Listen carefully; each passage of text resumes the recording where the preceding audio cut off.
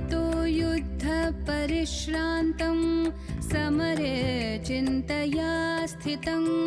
रावणं चाग्रतो दृष्ट्वा युद्धाय समुपस्थितं दैवतैश्च समागम्य द्रष्टुमभ्यागतो रणम् उपागम्याब्रवीत्